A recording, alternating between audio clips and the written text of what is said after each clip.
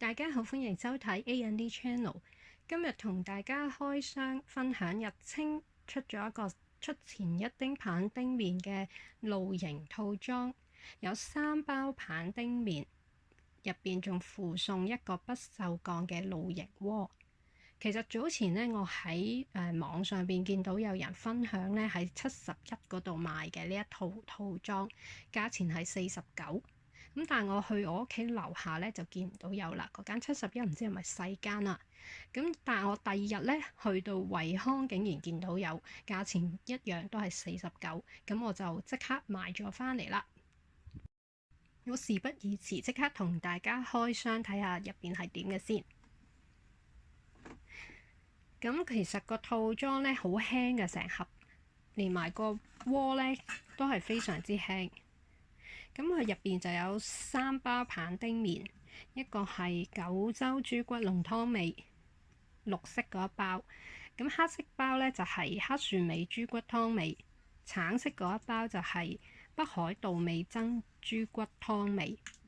咁我就未試過橙色呢一包，其他嗰2包呢我之前都有食過，咁我覺得味道都 OK 嘅。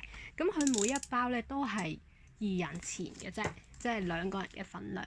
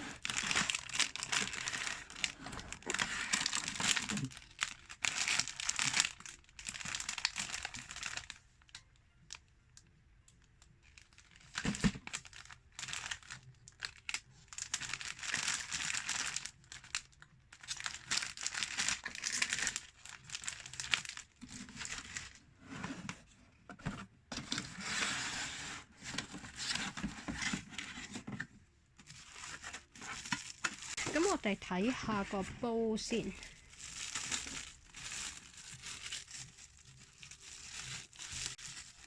咁個煲呢個 size 都 OK 喎，比我想象中冇咁細，一個人嘅份量係 OK，完全滿足到。而佢呢就標榜係用304嘅不鏽鋼材質，個蓋呢就係木嗰度呢係一個隔熱嘅鍋蓋。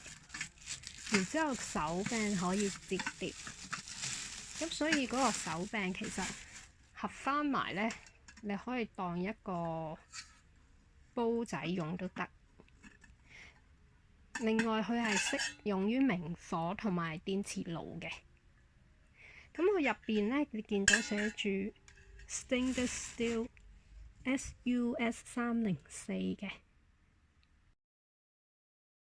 套裝3包麵加埋個煲都係49，咁呢個價錢都算係合理嘅，所以我覺得呢都值得買嘅。